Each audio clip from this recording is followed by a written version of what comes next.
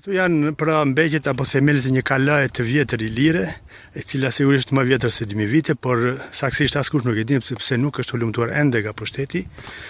Qëllimi final dihet sepse po të hulumtojë do zbulojë se është kështjell i lirë dhe pastaj tërë historia bashkë me Encyklopedinë e Maqedonisë do duhet të ndryshojë.